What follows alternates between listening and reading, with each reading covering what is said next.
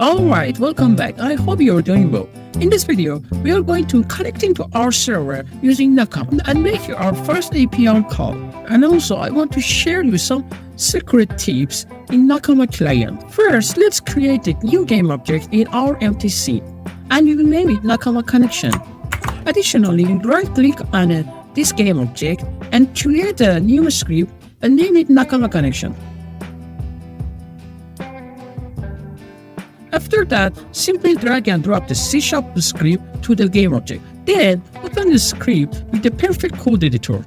My code editor is Rider. We will start by removing update function as we won't be needed. And also, we get rid of this comment. Now, we create a sum variable. First, we provide a sum string and name it skin. It can take a two value, either HTTP or HTTPS. Depend whether your server running with HSL or not. In our case, we are using local server without SSL. Then, our skin variable will be HTTP.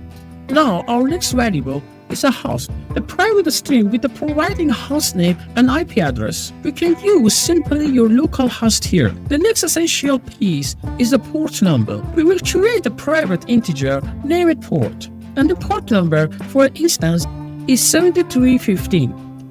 Finally, we need the server key. It acts like a server password. It ensures that only authorized client can connect to our server. And if you don't have a specific key, okay, let's set the default value to default key. Now, we will use this variable to connect our Nakama instance.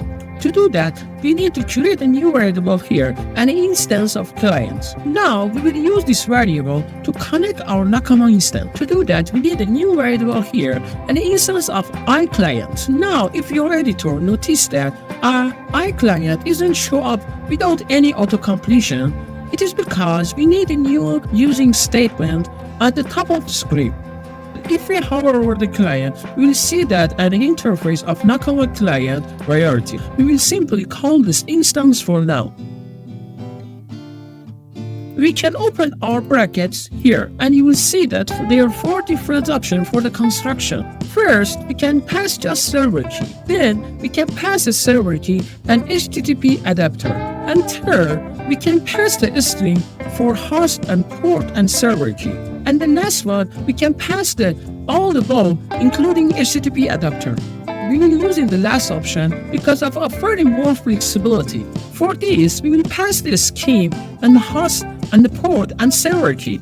We are going to use one that is built in here. So we will use URL web request instance. If you hover over this, you will see that it comes with the Nakama SDK itself. So you don't need to write this. It is already in the SDK. Now that we have connected to our server, what can we do with this connection? Well, it is not just about the connecting. We can also make an API call with this connection.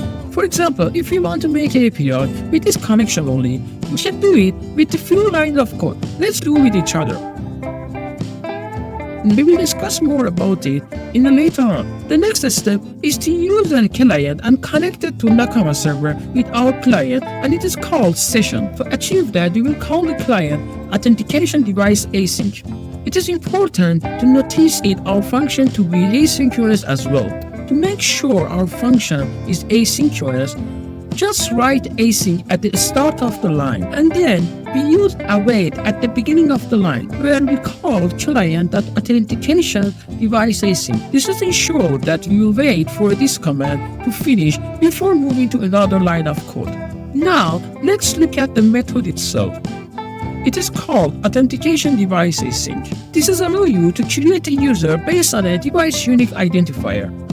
We can see we can pass the string for the device ID, and we can also provide an optional username. However, in this instance, we won't be providing username. Instead, we will simply pass in the device ID in a Unity, and we have authenticated with our unique system ID.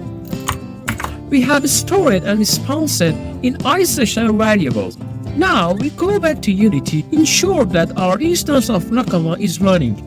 Press the play button in Unity, and you will see it prints out variables of session and clients. So if you make this little bit bigger, you can see our authentication token here. It is mentioned that is created an account, provide a create time, expire time and also generate the random username and user ID for us. That is great, isn't it?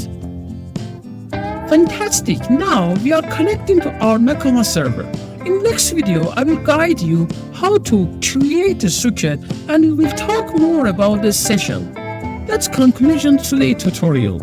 If you found this video helpful, don't forget to hit the like button and subscribe our channel to get more exciting content. Thanks for watching me and I will see you in the next video.